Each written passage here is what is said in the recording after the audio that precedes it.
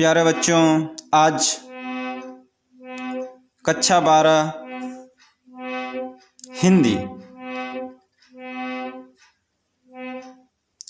हिंदी पद में प्रथम पाठ से शुरुआत करते हैं। प्रथम पाठ में भारतेंदु हरिश्चंद्र द्वारा रचित प्रेम माधुरी पाठ है। प्रेम माधुरी का अर्थ प्रेम माने प्रेम, स्नेह और माधुरी माने मिठास। यानी इस पाठ में प्रेम की मिठास के बारे में बताया गया है, अर्थात प्रेम की व्यंजना किया गया है। इसका पहला पद है, यह सवया छंद है। सवया छंद कैसे पढ़ा जाता है, आइए जानते हैं। मार्ग प्रेमा को समझे हरिचंद, यथार्थ होता यथा है। लाभ न कछु पुकारन में, बदनाम की होने की सारी कथा। जानत है जिया मेरो भली, और उपाय सबे बिरथा है। बावर है बज के सिगरे, मोहिनाक पूछत कौन बिथा है। आइए सवया छंद का संदर्भ, प्रसंग और व्याख्या जानते हैं। हिंदी पद हमारा पाठ्य पुस्तक है काव्यांजलि, और भारतेंदु हरिश्चंद्र द्वारा लिखा गया है। पाठ का नाम है प्रेम माधुरी। तो संदर्भ कैसे लिखेंगे? प्रस्तुत पद्यांश हमारी पाठ्य पुस्तक हिंदी काव्यांजलि में संकलित प्रेम माधुरी पाठ से लिया गया है। प्रस्तुत पद्यांश हमारी पाठ्य पुस्तक काव्यांजलि में संकलित प्रेम माधुरी नामक पाठ से लिया गया है। इसके रचयिता भारतेंदु हरिश्चंद्र जी हैं। यह हमारा संदर्भ था। अब प्रसंग क्या होता है? प्रसंग का अर्थ होता है उद्देश्य, यानी जो संपूर्ण पद की जो व्याख्या होता है उसको संक्षिप्त में बताना ही प्रसंग है। तो इस पद में प्रेम के महत्व को बताया गया है, तो सीधे लिख देंगे कि प्रस्तुत पद में प्रेम की व्यंजना किया गया है। आगे अब जानते हैं व्याख्या। प्रेम माधुरी में प्रेम के महत्व को बताया गया है। इसमें सभी लोग जानते हैं कि जितने भी गोपिकाएं थी, सभी गोपिकाएं श्री कृष्ण से स्नेह करते थे। जितने भी गोपिकाएं थे श्री कृष्ण से बहुत स्नेह करते थे, और श्री कृष्ण से वे कभी अलग होना नहीं चाहते थे। श्री कृष्ण के लिए सभी लोग बदनाम थे, भले कुछ लाभ हो या न हो, लेकिन सभी ब्रज के गोपिकाएं श्री कृष्ण से अथाह स्नेह करती थीं। उसी में एक गोपी अपने प्रेम के बारे में बताती हुई कहती है। क्या कहती है, आइए जानते हैं। मार्ग प्रेम को समुझे।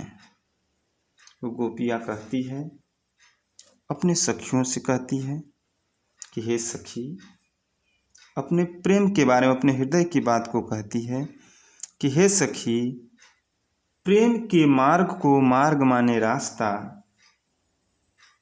को माने कौन, समझे माने समझता है, हरिश्चंद्र माने हरिश्चंद्र जी कहते हैं। यथार्थ माने यथार्थ, इसके वास्तविक रूप को, होत माने होता है, यथा माने जैसा। भारतेंदु हरिश्चंद्र जी कहते हैं, एक गोपी कहती है कि प्रेम के मार्ग को, इस संसार में उसके वास्तविक रूप को कौन समझता है या कौन जानता है। अर्थात प्रेम के वास्तविक रूप को कोई जानता नहीं है कि प्रेम क्या होता है।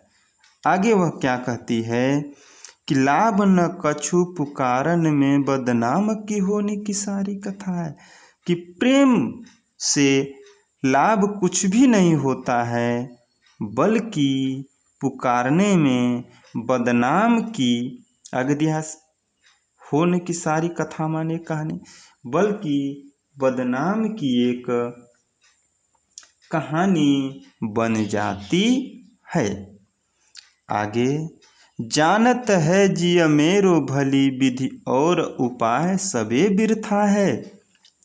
वह गोपी कहिए या नायिका कहिए या विरहड़ी कहिए कि वह कहती है कि मेरा जिय माने हृदय मन, कि मेरा हृदय, भली माने अच्छी, विधि माने प्रकार, कि मेरा मन अच्छा प्रकार से या अच्छी प्रकार से जानता है कि अब बदनाम से बचने का अब कोई उपाय नहीं है, कि मेरा जी अब जानता है कि बदनाम से बचने का अब कोई उपाय नहीं है।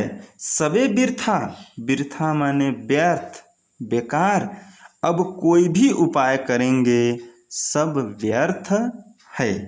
वह कहती है कि बावरे हैं सब ब्रज के लोग, कि ब्रज के सभी लोग बावरे हैं, पागल हैं। बावरे माने पागल, कि संपूर्ण ब्रज के लोग पागल हो गए हैं कि मेरे बारे में जानते हुए भी शीघ्रे माने संपूर्ण, मोहि माने मुझसे, नाहक माने विकार, पूछत माने पूछते हैं, कौन माने कौन, बिथा माने डर, कि मेरे बारे में जानते हुए भी मुझसे बेकार पूछते हैं कि आपको कौन सा दुख है। कि मेरे बारे में सब कुछ जानते हुए मुझसे पूछते हैं कि आपको कौन सा दुख है, कौन सी परेशानी है। तो यही है, यानी संपूर्ण ब्रज के लोग जान रहे हैं कि गोपी को श्री कृष्ण से स्नेह हो गया है, फिर भी उससे बार बार पूछते हैं कि आपको कौन सा दुख है। तो यही है, इसकी हम व्याख्या कैसे लिखेंगे, सभी लोग ध्यान से सुनिए और कॉपी में अपना लिख लेंगे। कि एक गोपी कहती है कि हे सखी, प्रेम के मार्ग को भला इस संसार में उसके वास्तविक रूप को कौन समझता है। अर्थात कोई समझता नहीं है, प्रेम करने से लाभ कुछ नहीं होता है, बल्कि बदनामी की एक कहानी बन जाती है। गोपी कहती है कि मेरा मन अच्छी प्रकार से जानता है कि अब बदनाम से बचने का कोई उपाय नहीं है, सब उपाय सबे बिरथा, सब उपाय अब व्यर्थ है। कहती है कि संपूर्ण ब्रज के लोग पागल हो गए हैं, जो कि मेरे बारे में जानते हुए भी मुझसे बार बार पूछते हैं कि आपको कौन सा दुख है। ये व्याख्या हो गया। अब काव्य सौंदर्य होता है, काव्य सौंदर्य कैसे लिखा जाता है, सभी लोग पढ़े ही होंगे पिछले कक्षाओं में कि काव्य सौंदर्य में इसके मुख्य बात भाषा, अलंकार, रस, गुण, शब्द शक्ति, छंद, ये सब अलंकार में लिखा जाता है, क्योंकि काव्य के तत्वों की शोभा बढ़ाने वाले तत्व को ही काव्य सौंदर्य कहते हैं। तो सभी लोग जानते हैं कि जो श्री कृष्ण के प्रति जहाँ भी कोई रचना मिले उसमें ब्रज भाषा होता है।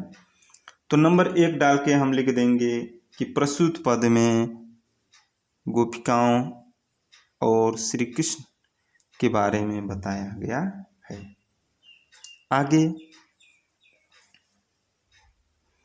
भाषा, सभी लोग जानते हैं कि श्री कृष्ण प्रति जो रचना होगा वह ब्रजभाषा। तो भाषा इसमें कौन सी भाषा है? ब्रजभाषा। अलंकार कौन सा होगा? अलंकार अनुप्रास अलंकार और यमक अलंकार को शब्द है, रूपक अलंकार भी होगा। आगे रस, सब लोग जानते हैं कि इसमें प्रेम की व्यंजना किया गया, वहाँ श्रृंगार रस ही होगा। तो इसमें रस कौन सा है? श्रृंगार रस है। गुड़, गुड़ जानते हैं, गुड़ 3 प्रकार के होता है, माधुर्य गुड़, ओज गुड़ और प्रसाद गुड़। जहाँ नायक नायिका की अच्छी बातें होता है वहाँ माधुर्य गुड़ होता है, तो इसमें माधुर्य गुड़ होगा। और शब्द शक्ति लक्षणा होगा। और छंद पहले ही बता दिए हैं कि छंद इसमें कौन सा है? सवया छंद है। तो सभी बच्चे इसे ध्यान से पढ़कर अपने कॉपी में नोट कर लेंगे।